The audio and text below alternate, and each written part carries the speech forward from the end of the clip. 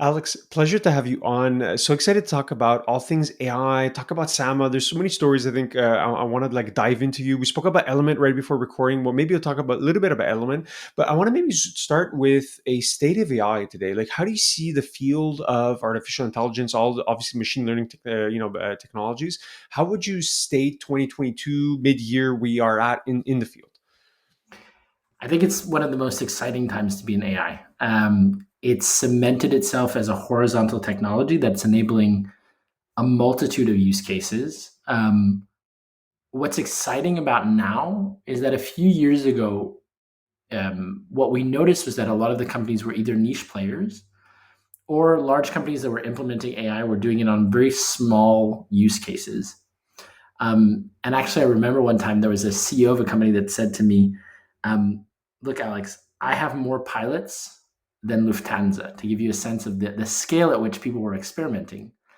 And now we're seeing deployed large scale use cases of AI. And it's just the tip of the iceberg. So, right now, mid year 2022, I can see going forward a lot more activity. And I can see it because where I'm sitting, we're at the foundation of AI, which is in AI, labeling AI data. So we see the big use cases a year, 2 years before they come out. So I can tell you for a fact that self-driving cars are here to stay, that the metaverse will happen, and that the way that we interact with brands and with companies more generally is going to be transformed over the next few years. Because the data that we're labeling right now and the use cases that our clients, including Google, Nike, Walmart, are taking on are just, it's like if you're in a science fiction movie. It's incredible. Yeah, it's fascinating to hear you speak about Alex because it seems like you guys are upstream from, like you said, like the Teslas being able to drive and all the cool use cases that AI is able to generate. Maybe it's a good segue because I wasn't as familiar with Sama, Yeah. despite the fact that it's a like very well capitalized company. I think 3,000 employees plus. So maybe explain to us the business model, and then we could dive into how you guys work to be upstream and see into the future. Yeah. So I think Sama is kind of one of the best kept secrets in AI. So we've existed for over 14 years, and the company was actually started as a not for profit. Um, the late founder, Leila Jana, was working in a call center in India. And one of her colleagues came in and she realized that he would commute every day from slums, from his house, which was in a slum, to work. And she asked herself kind of a fundamental question, which was, what if you put the call center in the slum? Would it give people more opportunity for work? Would it allow them to have access to new digital skills? Would it give them upward mobility? And with that idea, SAMA was kind of created. And the idea was to give marginalized people, mainly women and youth, access to digital skills and be a transition employer to allow them to go from the informal economy to the formal economy. And what we realized quickly was that amongst this digital work, so work that was delivered over the internet, the place that had the most need and the biggest market was data labeling for AI. And so what SAMA does is that it really labels from very simple to extremely complex data sets that are used to train AI models. So if just as an illustrative example, you can have, for example, a picture and you ask an algorithm to recognize a face. But if it's never seen a face before, how does it do that? So our agents will go in and annotate the eyes and the nose and the mouth and the ears and the head. And if you have a million of examples of that, then the algorithm understands what it is. But in more complex use cases, it could be a self-driving car with 16 or 17 different sensors, cameras, going and actually operating in the real world. And in one image, you have to identify everything that's happening and tell it where to look and what to look for. And so that's what we do. We help some of the largest companies like Google, uh, Walmart, GM, Ford, and many others to actually take these really big ideas and turn them into reality. How much of your work over time can you guys automate? Because I imagine a large part of it is like humans behind a screen, right? Being able to do it. Over time, are you able to provide tools for Yeah. the team to be able to do this at scale? Because I imagine it's a very hard problem, right? Like I think that you mentioned the data labeling piece is really, think of the word in French, le nerf de la guerre, like the core battle, right? Of Yeah. having, it's the old adage of garbage in, garbage out. You guys are making sure that the data quality is super, super high, but I imagine there's still a lot of human component to it. Yeah. So really, really great question and great point of view, because oftentimes what people wonder is, well, first, a lot of people don't know that you need labeled data to make AI at scale. So the first thing to understand is that a lot of the AI that's being built today does have human interaction in it. And in order to effectively label the data, so put on different tags to identify what's in it, you need humans to interact. And so, what we needed to start by doing as a company was actually build a platform that people could use to annotate the data. And then, after that, have quality assurance around it and ensure that it was in the right file to be able to be usable for machine learning model purposes. So, we actually have an amazing team in Montreal. We're over 70 people focused on engineering and ML.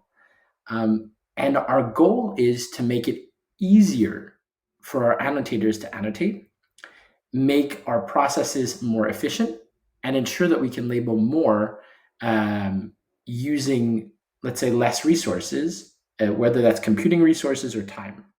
And ultimately, though, our goal is to actually bring people higher up in the value chain and give them jobs that are less around data annotation, but really around model vigilance. So looking at how models are performing, curation, as well as kind of doing more higher end kind of work. But the idea is that we're building towards that. And so all of our tooling is doing that. So it helps automate some of the mundane and repetitive tasks and allows people to focus on the high value tasks that are more interesting, but also more valuable. Yeah, so many different areas I want to poke here, Alex, of like how much time. There's one track I want to ask you about, the just like career progression, right? You can almost say like an entry level job is going to be very much like, I don't want to use the word grunt work, but it's like very repetitive kind of work. But Yeah. you're also in a field that, like you mentioned, right at the first question of growing exponentially. So the prospects of that person to grow and learn and being able to make a much better life for themselves is a really interesting option, right, with Sama. And then Yeah. maybe that'd be my first question about how you see growth internally, and then I want to ask you about business model and like Yeah. how you partner with the bigger companies. Yeah. So we have a very unique social business because at the onset, we were actually started as a not for profit. And so we evolved for a long time. We were not for profit. And we evolved into becoming a profitable not for profit. So we decided to switch into a social business. We're actually a B Corp. We were considered one of the best B Corps in the world last year. And we're on this journey to actually fulfill our mission, which again is to give work to marginalized communities and give them access to the digital economy. And part of that is not only about breadth, but about depth. And what I mean by that is that in terms of breadth, to this day, we've impacted over 60,000 lives. So we have a breadth, a large breadth, and we want to continue that. We want to be in the millions of lives impacted positively, where we see positive outcomes like higher salaries after they work for us, people in better health conditions, in better educational opportunities for their children. Those are all things that we want. And then in terms of depth, what we want to do is we want to allow for upskilling of employees. And so I'll give a concrete example just to illustrate kind of what we do. There was an employee of ours who, so a lot of the people that we work with in Nairobi come from the Kibera slum, which is actually the largest slum in sub-Saharan Africa. And to give you a sense, unemployment is over 50% there. Most people work in the informal economy. The life expectancy is about 30 years old. Very, very marginalized and difficult community to grow up in. and there are very few employment opportunities, very few well paid. So we actually started off in the Canberra slum with with a training center there. And amongst our first employees, there was a man that would bring tea. So we had a group of 30 people that we were training, and he would bring tea every morning to the group. And by selling his tea, he would make about $1 a day, and he would go home after the trainings were done. Of that 30-person group, one person decided to leave the group. And at the end of that day, the trainer came to see this person that was serving the tea and asked them, would you like to join the cohort? Would you like to join SAMA? And his response was, I don't have a cell phone, never used a computer. I don't even know what the internet is. I've been listening to this like really with a lot of interest, but I have no idea what you guys do. I don't get it. He said, sit down with us, finish the training, and you'll see. That person now, he went on to manage a team of 45 people. He became an agent, grew within the organization, managed 45 people, and now is part of the formal economy, doing a job where he's flourishing and he's making money and he's in a managerial position. And so those are the type of stories, the 60,000 people that we're impacting, which is we're giving them a job, full-time job. We're giving them benefits, paying them living wages, which is oftentimes 4 times the minimum wage in their country. We're giving them educational opportunities through SAMA U, and we're ensuring that they can develop their career internally and hopefully actually externally. And another example that I have that comes to mind is there was a woman that her story inspired me a lot, was that she was in a very abusive household. And as a marginalized woman, had no way of getting out. She found SAMA's training, was able to put some money aside, get her own apartment, get out of the place where she was, where there was violence. And she's now a travel agent. She loves her job. And so for me, those are really powerful stories where anybody that's in a situation where they're marginalized wants to get out of that situation. They want an opportunity to succeed. And right now, there are very few opportunities in places in the world where the internet is accessible to all. So there's an opportunity. The internet is there. If people are given skills and they're given that first chance, they're going to take it and they're going to grow with it. And so, to your other question about partnering with large companies, what we do is that we want to make sure that AI is built responsibly. We believe that technology can be a force for good and that you can actually build up communities around the world and have them benefit from the boom that is AI. But you have to keep that top of mind because all of our competitors use a crowd model. They offer no job security, they offer no benefits, no healthcare, nothing. And so they take advantage of marginalized communities.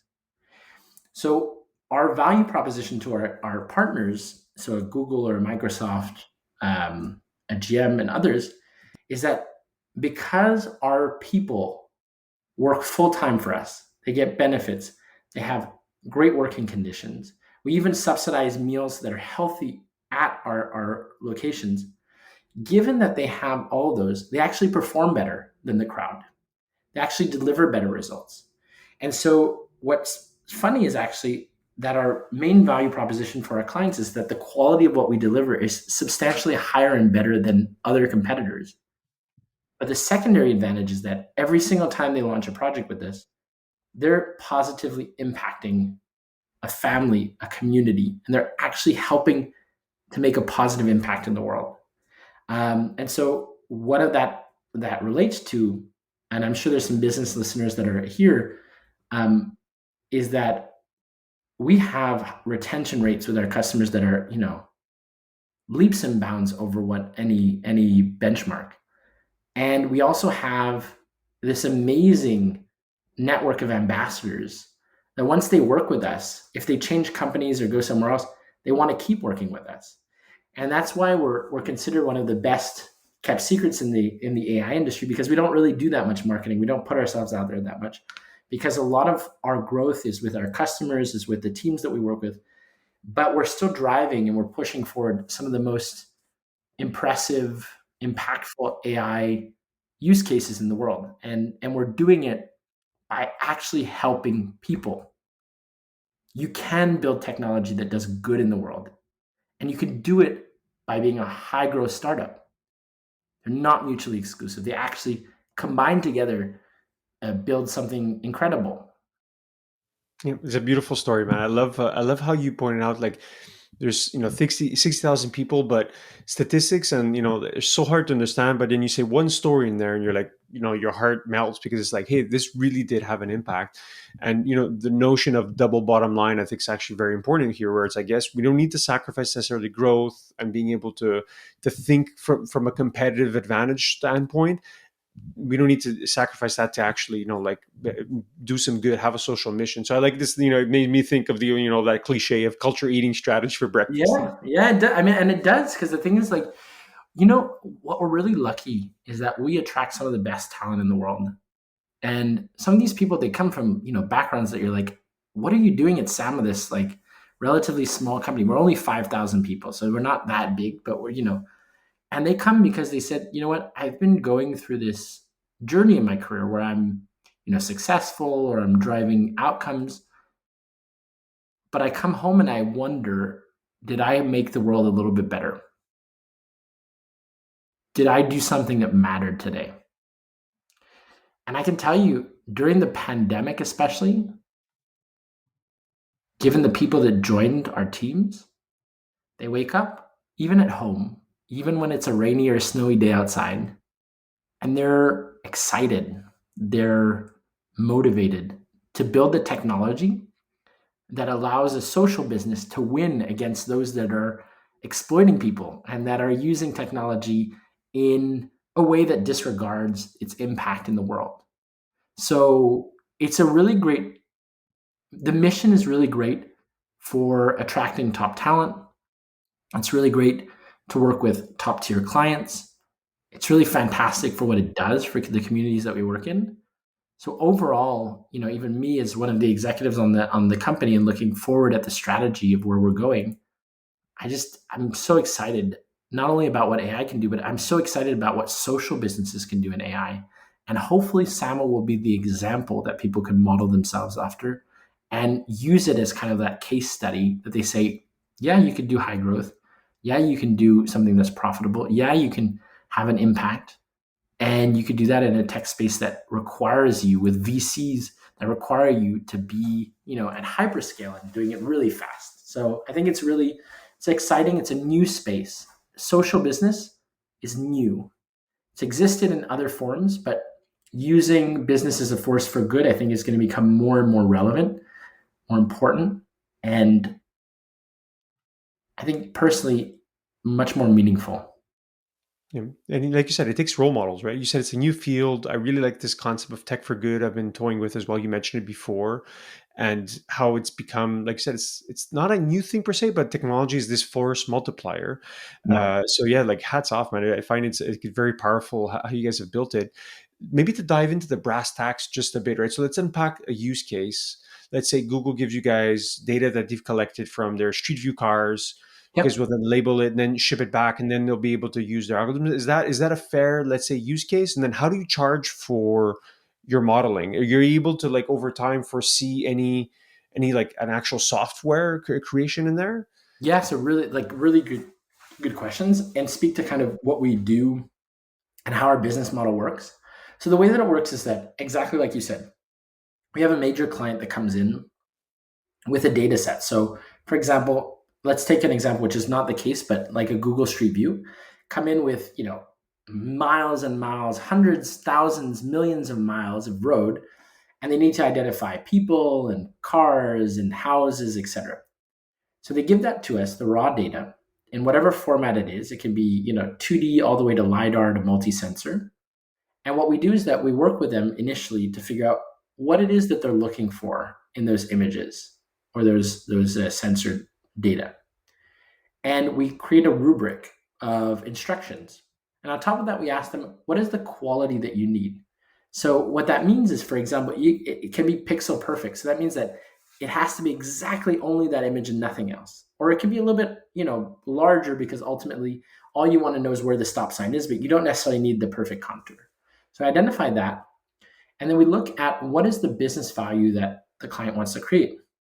And as experts in data labeling, the first thing that we ask and we dig into during a pilot phase is really, okay, does this deliver the business value that you're looking for?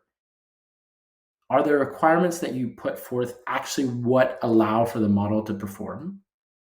And at scale, will this deliver exactly the outcomes that you're looking for? And so once we do that, and we say that we're all on board, then we start going into production. And essentially, um, data goes into the SAMA platform. And within the SAMA platform, we already have our internalized artificial intelligence. It's proudly built in Montreal and San Francisco. And what we do is that we use that to do pre-processing. So adjust the images, maybe even tag some stuff already. And then we send it to our different annotators in different locations around the world. And then within that, there are groups that are trained on that data sets. They know exactly what the outcomes are. And they do the annotations, and they have quality assurance processes and toolings that are based on AI to be able to help them do that in a very effective way. Once the data is annotated, sent over to our clients, who actually sample, depending on the qualities that they need, certain percentages of the data, and then will give us comments on what are things that need to be worked on and things that work well. And we also flag exceptions and have recurring meetings with our clients to ensure that the business value and the outcomes are there. So, in a nutshell, that's how we operate. And the business model is a per unit business model. So, what that means is that we charge per annotation that we're doing. So, let's say you have an image, 2D image, and you want to identify a faces, and you want to identify nose, eyes, and mouth.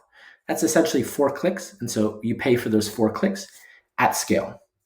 And that's a really easy use case. Honestly, we don't say anything that simple, but let's say in a really highly complex one, we'll see different annotations and we price it per unit. So depending what you send us, what you want, there's a simple price. And it's our job to be efficient. And so that's where the technology piece comes into play. We're building AI internally because we want to be efficient at being able to identify things quickly. And we have this patented approach called micro models, which is a very stark difference to what the kind of the general industry has. And it's a library of very small scale models that know specific attributes in images of different levels of complexity and can identify those proactively.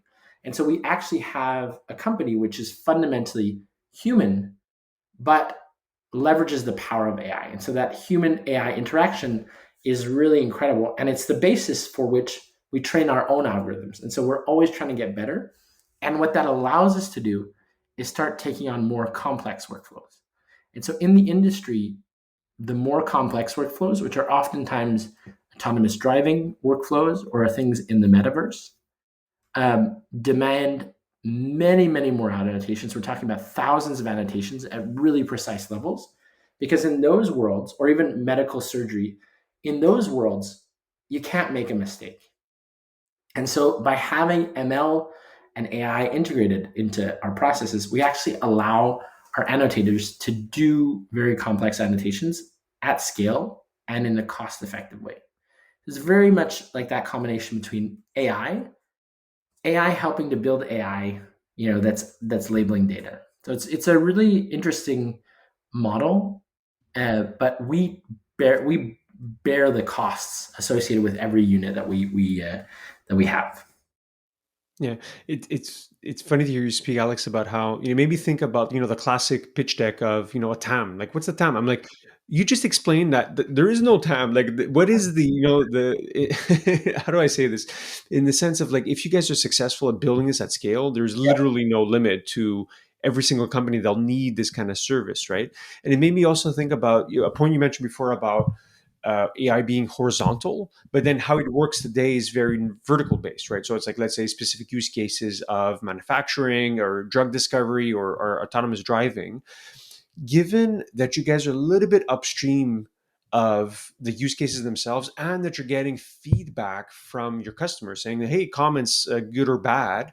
Yeah. Have you ever considered, let's say, a spin-off? I'm talking to the strategy guy here. Is like a Yeah. spin-off, like, do we want to invest or maybe even build where you see successful use cases? Is this like maybe down the road, down in the future? Yeah, so I think it's a really good question. We're not pursuing that for a few reasons.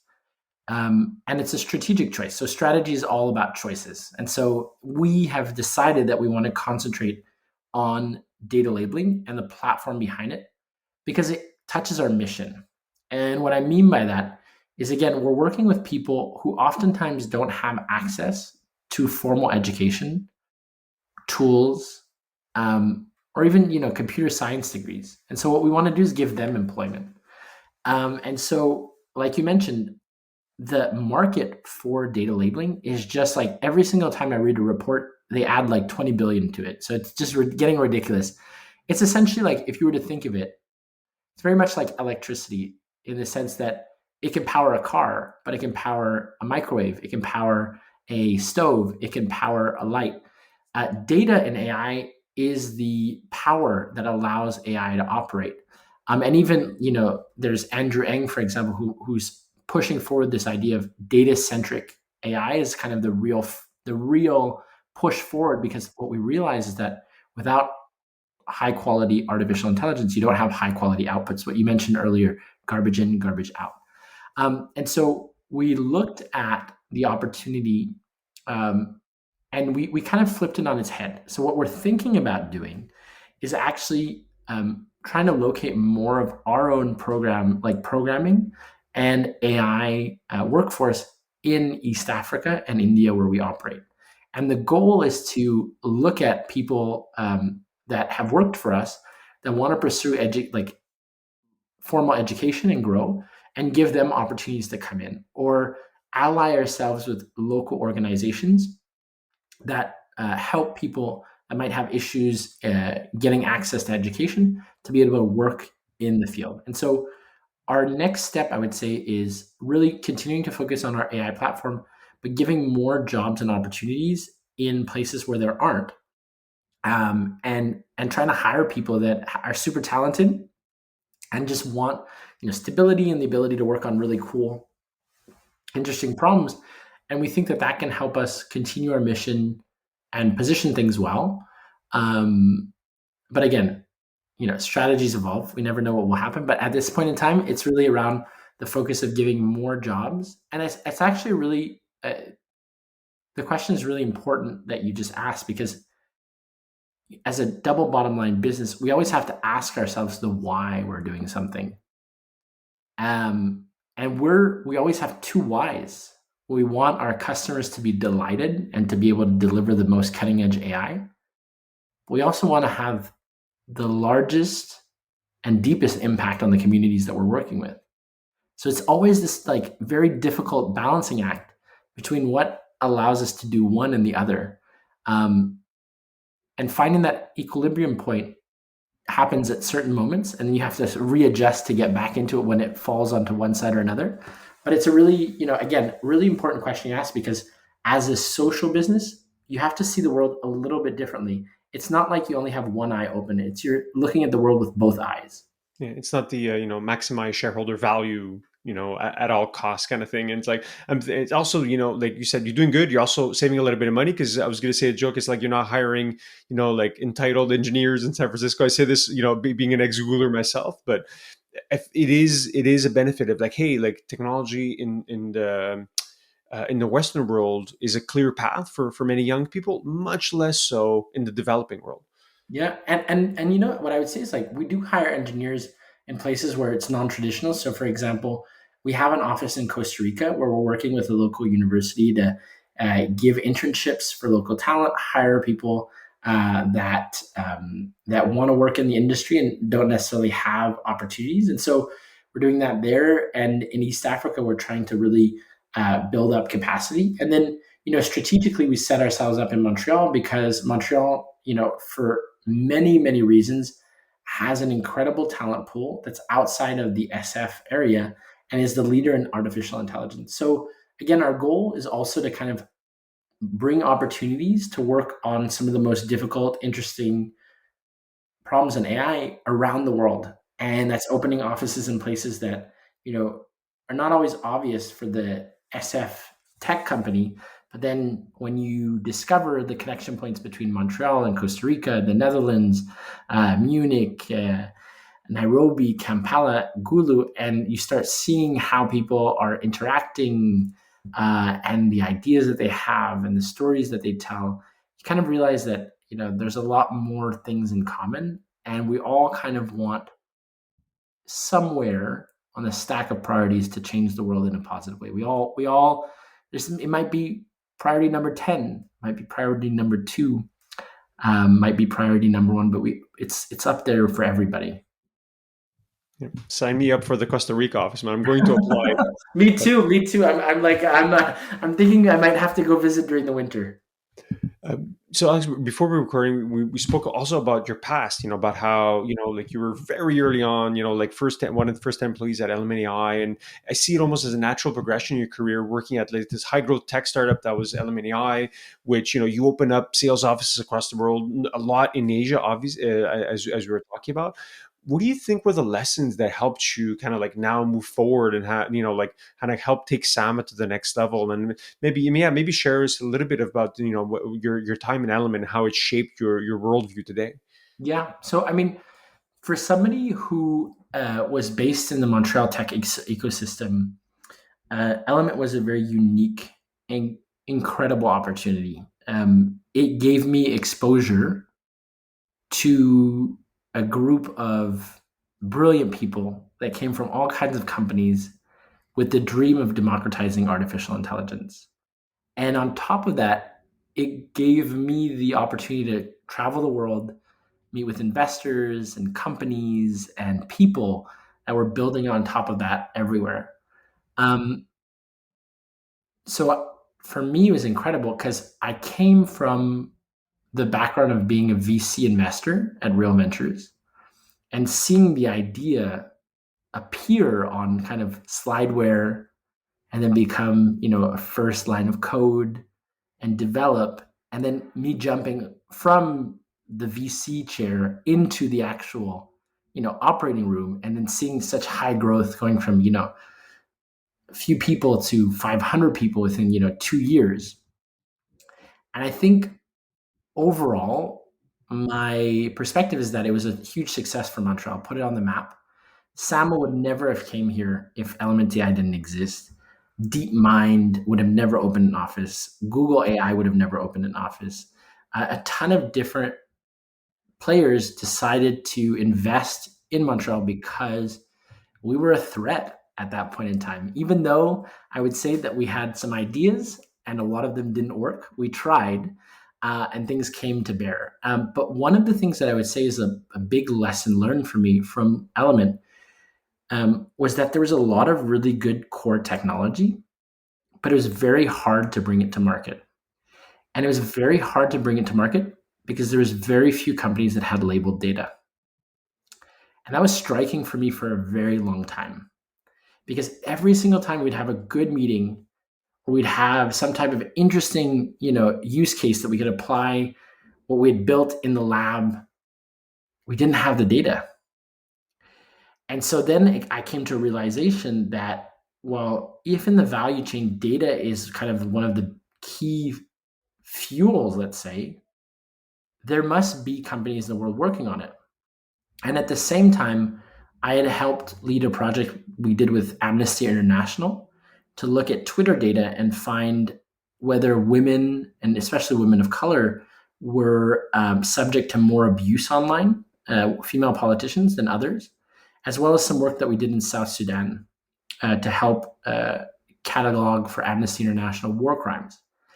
And I have to admit that those two projects, amongst all the other things that I've been doing, and the realization that data was kind of the core obstacle to actually deploying AI, made me realize that I wanted to do AI for good and I wanted to work on labeling data. And there were no other companies than Sama in the world doing it that way. So I actually made a call to the CEO, and it quickly turned into a very intense conversation over a few weeks, and I decided to jump on board. And this is before Element was acquired by ServiceNow. Um, but it was really because I felt that if I could work on this opportunity, I can have a positive impact in the world, and I can maybe solve the problem that Element was having. And again, I think one thing to think about is that that company in the end got sold for $350 million, and it took after 4 years, 250 million to investors and 100 million in retention packages. And for me, if I build a company and sell it in 4 years for $350 million, that's a pretty big success. I think the issue that happened was that we had really high expectations, even for ourselves, about what we could do. And some of the roadblocks in the market were not obvious when we started.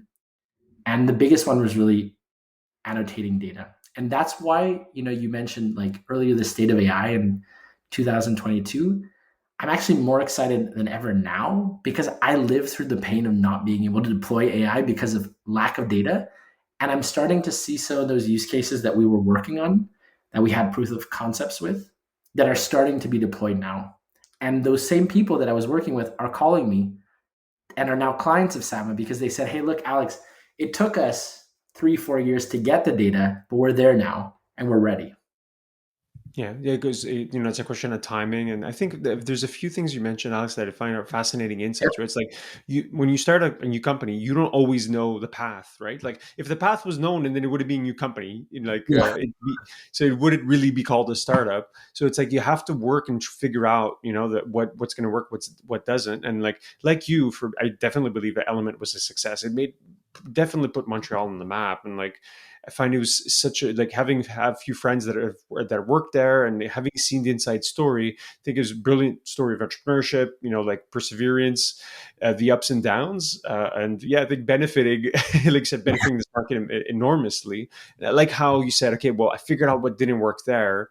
And thinking of like, okay, this company's solving this issue, but doing it in a very unique way. And I find that's a very interesting insight, just in terms of personal progression. Yeah. And I mean, for me, like, I would say Montreal is an incredible ecosystem, but there's one thing that we need to work on as a community, and that's celebrating successes and understanding and learning from some of the failures. And again, Element AI wasn't a perfect success. I mean, it could have been much more. There were some issues and there were some failures, and there are things to learn from it. But I think in the end of the day, like you mentioned, a lot of things happened because of that. And it was that and other companies that were starting off that were growing. And it put Montreal on the map, and it put companies, gave them an interest to set up the office here. And just as, like, again, when I joined Sama, we were 14 in Montreal. We're now 70. And I pushed that growth very hard. And not only that, we went around the world for a Series B.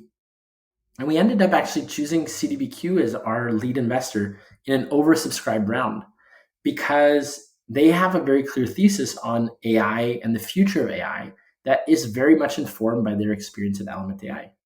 And so it's very interesting how the world kind of like all comes full circle, that, we end up building and helping to grow social business because another business was sold, and it all kind of fits together. That's it. Yeah. And Kes got a lot of flack on why Element, but it's like, it completely made sense. And like you said, I saw, I caught up with Wills recently, and obviously really smart move to invest in Sama, and seems to be paying off. So Yeah. yeah, hats, congrats. I mean, in the end of the day, like, in full, like, I think we have to all realize that Element AI, all the investors made money. They all made a return on their investment. So Yeah, enough said. everybody made money, Yeah, period. yeah, enough said. Everybody, CDBQ, Invest Quebec, every single investor. So it was a good deal for, as a shareholder.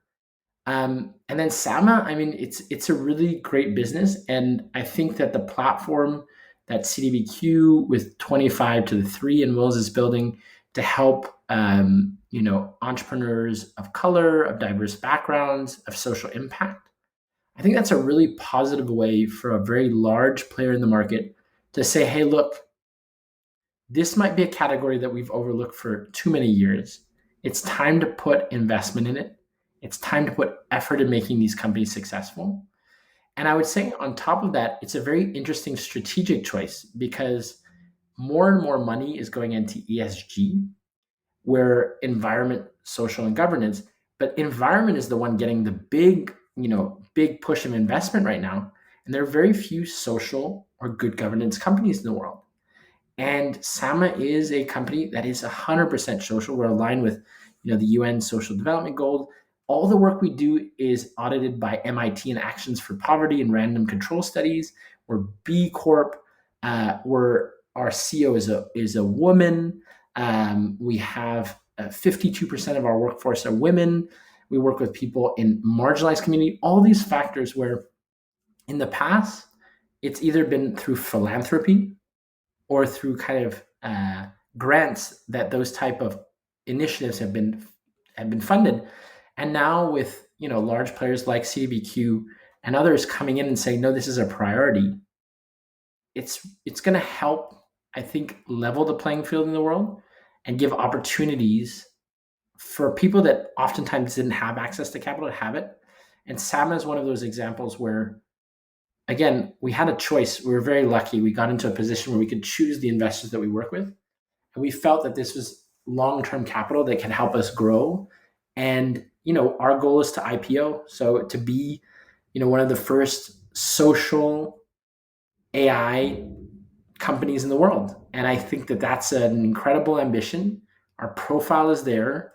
And within the next, when markets come back to some semblance of normal, hopefully the next interview will be with a little sound of a bell.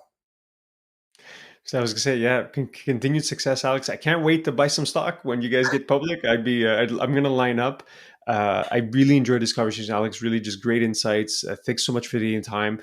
A final closing question: if people want to learn more, reach out, connect, what's the best way? Yeah. So if they want to connect, LinkedIn is the easiest way. It's Alex Shee, Shee. And I would actually challenge you listeners to think a little bit more broadly. If you're listening to this, it's because you're interested in technology, you're interested in growth. Put a little bit of interest in having a social impact and maybe baking that into your business, because every business can be a social business if you're thinking about it in a little bit of a different way. Well said. Well said. Thank you so much, Alex. Thank you.